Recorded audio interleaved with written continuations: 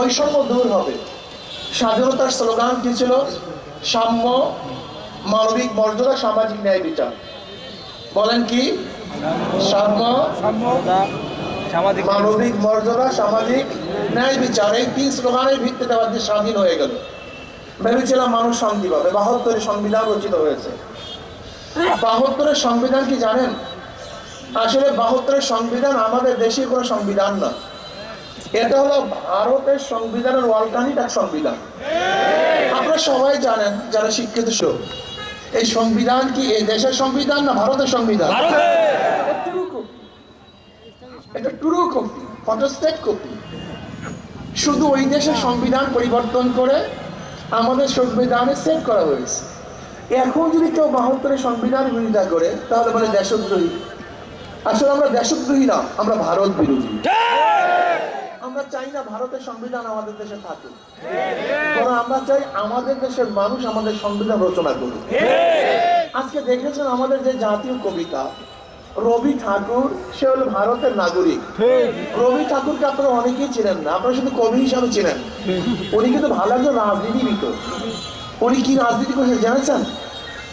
উনি ৪১ বার ঢাকায় যেন ইউনিভার্সিটি না হতে পারে, গড়াইয়ের মাঠে ওনার সভাপতিত্বে যে সমাবেশ হয়েছিল, সেই সমাবেশটা কোনো ভালো কাজের জন্য সমাবেশ হয়নি। সেই সমাবেশটা কেন হয়েছিল জানেন?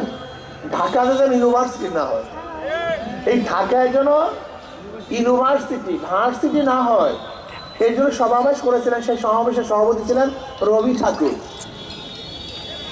১৯০৫ সনে বঙ্গের কবিতা যদি ৭১ সনের জাতীয় সঙ্গীত হয় আর এর বিরোধী কেউ করে, আসলে সে দেশদ্রোহী নয়, বরং ভারতের দালালদের চোখে আঙ্গুল দিয়ে দেখাতে চায় এই কবিতা, এই সময় জাতীয় কবি, এটা আমাদের কবিতা। আর গোটা দুনিয়ার মধ্যে অন্য দেশের কোন কবিতা জাতীয় সঙ্গীত বাংলাদেশ ব্যতীত দ্বিতীয় কোথাও নেই। ভারতের প্ল্যানটা ছিল দেশটাকে তাদের কলম রাজ্য করবে, তাদের অঙ্গরাজ্য করবে, একসময় স্বাধীন করবে। এখন দেখবেন ভারতের যে ম্যাপ, সেই ম্যাপের মধ্যে কিন্তু বাংলাদেশকে আলাদা দেখানো হয় না, ভারতের সাথে সংযুক্ত দেখানো হয়। যাই হোক, ভেবেছিলাম ৭২ সংবিধান মানুষকে শান্তি দেবে, মুক্তি দেবে। যদিও এদের সংবিধান আমাদের দেশের সংবিধান না, এটা ভারতের আলোকের সংবিধান। ৭৩ একটা নির্বাচন হয়েছিল। কত সনে?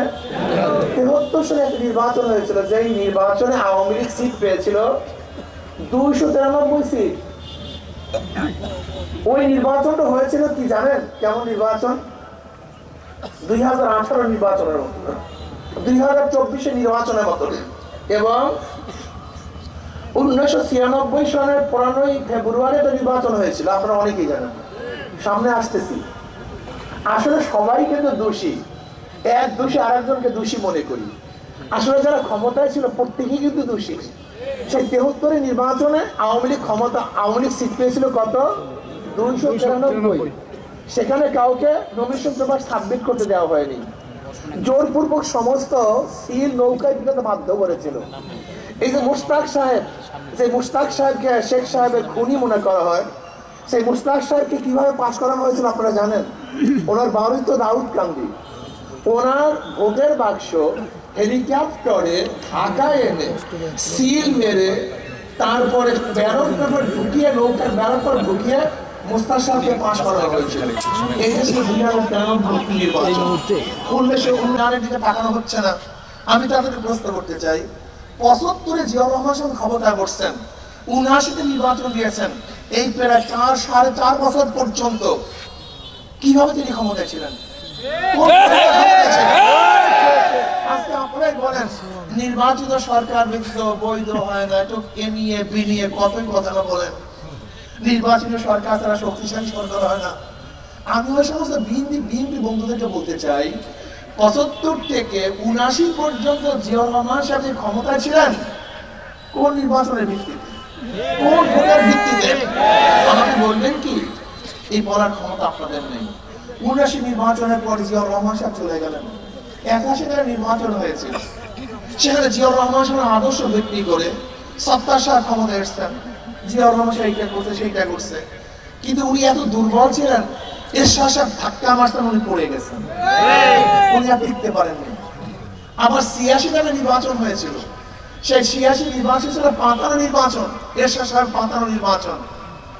যে শোনেন না, চশমা পরা বুবুজান, মনে আছে তো? এই স্লোগান কিন্তু ১৯৮৬ সালের স্লোগান।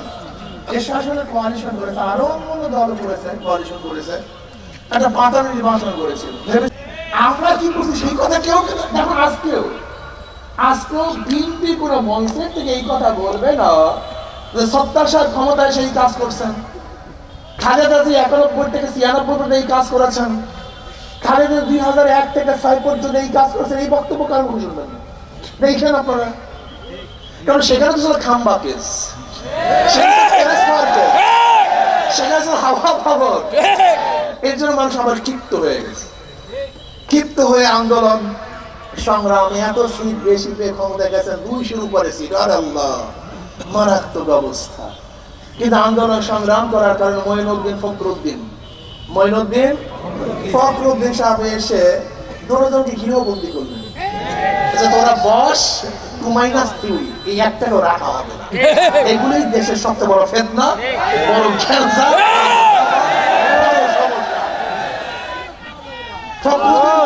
চিন্তা করেছিলেন যে আর্মিদের ক্ষমতায় নেবেন, বিএনপির সাথে কোয়ালিশন করতে চেয়েছেন, আমাদের এত% আর্মিদের সিট থাকবে, এত% আমাদের থাকবে, সুবিধা করতে পারেননি। কারণ কি, আর্মিরা বিএনপিকে বিশ্বাস করতে চায় না। কেন চায় না মনে আছে তো? ওই যে তারেক সাহেব অসুস্থ হয়ে গেছে, বিপ্লব হয়েছে, এরশাদ সাহেবের বিরুদ্ধে আন্দোলন করে তাকে পতন ঘটানো হয়েছে। কিন্তু উনি কিন্তু বেশি ছিল না চেলাচামুন্ডা। কিন্তু শেখ হাসিনা কাজটা কি করছে দেখছেন? উনি নিজেই ভাগেন নাই, ওনার সাথে সাথে প্রধান বিচারপতি তিনিও ভেগেছেন। উনি ভাগেন নাই, শুধু যে বিজেপির প্রধান তিনিও ভেগেছেন, সিএটের প্রধান নাই, এমনকি মসজিদের যে ইমাম সাহেব সেও নাই, এমনকি এলাকার যে চেয়ারম্যান সাহেব সেও ভাগছে। বুঝলেন দুর্নীতি কোথায় গিয়ে বুঝছে? ভেবেছিলাম বৈষম্য দূর হবে, মানুষ শান্তি পাবে, মুক্তি পাবে। এর জন্য মানুষকে বৈষম্য দূর করার জন্য, মুক্তি দেওয়ার জন্য, শান্তি দেওয়ার জন্য আমরা রাস্তায় ছিলাম। তারেক সাহেব কিন্তু রাস্তায় ছিলেন না, ফখরুল সাহেব কিন্তু রাস্তায় ছিলেন না, ডাক্তার শফিক সাহেব কিন্তু রাস্তায় ছিলেন না, শিবিরের কোনো বড় বড় নেতারাও কিন্তু রাস্তায় ছিলেন না, আমাদের মতো অদমরাই কিন্তু রাস্তায় ছিলাম। কিন্তু আমাদের মতো অদমরা। ধরে নেন যদি আন্দোলন সাকসেস না হতো, সবাই বলতো আমরা তো ছিলাম না, আপু আমরা তো আপনার সাথেই আপা। কিন্তু আমরা কি বলতাম বলেন তো? সবাই তো আপার সাথে কোয়ালিশন করতো, আপু আমরা তো আপনার সাথে আছি, কোনো টেনশন নাই। কিন্তু আমাদের অবস্থাটা কি হতো বলেন তো? ভেবেছিলাম বৈষম্য দূর হবে, মানুষ শান্তি পাবে, মুক্তি পাবে। সরকার পতন হলো, মানুষের শান্তি দেওয়ার জন্য, মুক্তির জন্য আন্দোলন করেছে। কিন্তু ৫ই আগস্টের পর আবার কি দেখলাম? আবারও চাঁদাবাজি, আবার গুন্ডামি। এই ভোলা তজমুদ্দিনে চাঁদা না দেওয়ার কারণে স্বামীর সামনে স্ত্রীকে ধর্ষণ করা হয়েছে। বগুড়া প্রস্তাব দিয়েছে যে আমরা মেয়েকে বিবাহ করতে চাই, বাবা রাজি না হওয়ার কারণে সেই মেয়ের সামনে বাবাকে হত্যা করা হয়েছে। যুবকের কাছে চাঁদা চেয়েছে, চাঁদা না দেওয়ার কারণে মার সামনের থেকে যুবককে তুলে এনে হত্যা করা হয়েছে। অফিস ভাড়া দিয়েছে, চাঁদা ভাড়া দিয়েছে, যখন কানেকশন করতে গেছে, ভাড়া আনার জন্য গেছে, সেই মালিককে হত্যা করা হয়েছে। আজকে আমরা কি দেখেছি? হাজারো মা বোনদের ধর্ষণ করা হয়েছে ফরিদপুরে, চাঁদা না দেওয়ার কারণে। আমাদের গরিব দুঃখী মৃত মানুষের গাড়িগুলিকে ভেঙে চুরমার করা হয়েছে। আজকে হাজারো মানুষকে রক্তাক্ত করা হয়েছে। এই যে সাংবাদিক বন্ধুগণ বস্তুনিষ্ঠ সংবাদ পরিবেশন করার কারণে গাজীপুরে তাদের মাথা ইট দিয়ে ঠেকিয়ে দেওয়া হয়েছে। যুবদলের চাঁদাবাজি নিয়ে মানুষকে পাথর মেরে হত্যা করা হয়েছে। এর জন্য রাস্তায় ছিলাম না পণ্ডিতজি, এর জন্য রাস্তায় ছিলাম না। ক্ষমতা দেখার স্বপ্ন দেখেন, ক্ষমতায় যাবেন, আর আন্দোলন করেছে আমরা। ক্ষমতা যাবেন আপনারা, আন্দোলন করেছে সাধারণ মানুষ, ক্ষমতা যাবেন আপনারা। আন্দোলন করেছে রিচি, চামার, কামার, মজদুর, ছেলে, চাষিরা, আর আপনারা ক্ষমতা যেতে চান। আবার লুটপাট করবেন, আন্দোলন করবেন, চাঁদাবাজি করবেন, জুলুমবাজি করবেন, ধর্ষণ করবেন, অত্যাচার করবেন, অবিচার করবেন, ডাকাতি করবেন, চুরি করবেন, মদের হত্যা দিবেন, চাঁদাবাজি করবেন। বাংলাদেশের মানুষের সহ্য করবে না ইনশাআল্লাহ। এবার চাঁদাবাজের বিরুদ্ধে আন্দোলন হবে ইনশাআল্লাহ, দুর্নীতিবাজের বিরুদ্ধে আন্দোলন হবে ইনশাআল্লাহ, বাংলাদেশকে স্বাধীন করবে ইনশাআল্লাহ।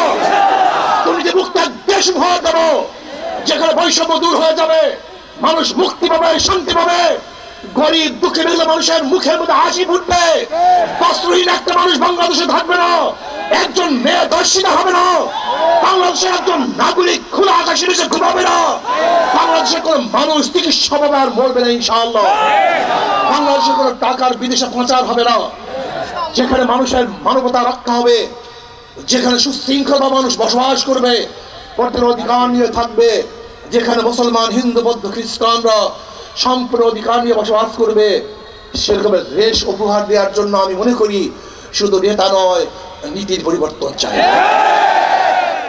সাথে কাজের সাথে দোকামি, যারা নৌকায় নির্বাচন করে নিজেরা নৌকা চালাতে পারে না, যারা ধানের শীষে নির্বাচন করে নিজেরা ধান কাটতে পারে না, যারা নাঙ্গল নির্বাচন করে নিজেরা নাঙ্গল বইতে পারে না, সমস্ত মার্কাগুলি গরিবদের প্রতি, কিন্তু একজনও গরিব না, কিন্তু হাত পাখা এমন একটা মার্কা যে নির্বাচন করে সেও ঘুরাতে পারে, যারা সমর্থন করে তারাও চালাতে পারে। হাত পাকা দরকার বড় লোকদের, হাত পাকা প্রয়োজন গরিবদের, হাত পাকা প্রয়োজন পুরুষদের, হাত পাকা প্রয়োজন মহিলাদের, হাত পাকা প্রয়োজন মুসলমানদের, হিন্দুদের, বৌদ্ধ, খ্রিস্টানদের। কারেন্ট ফেল করে, হাত পাকা ফেল করে না। হাত পাকা সবাইকে শান্তি দেয়, কাউর মার্কা ঘুমের সময় বুকের উপরে থাকে না, শুধু একটা প্রতীক, শুধু একটা প্রতীক, যেটা ঘুমের সময় বুকের উপরে থাকে, সেই মার্কাটার নাম হাত পাকা মার্কা। আমি বিশ্বাস করি হাত পাকা যদি বিজয় হয়, আমাদের হাবিব সাহেব পটুয়া আমাদের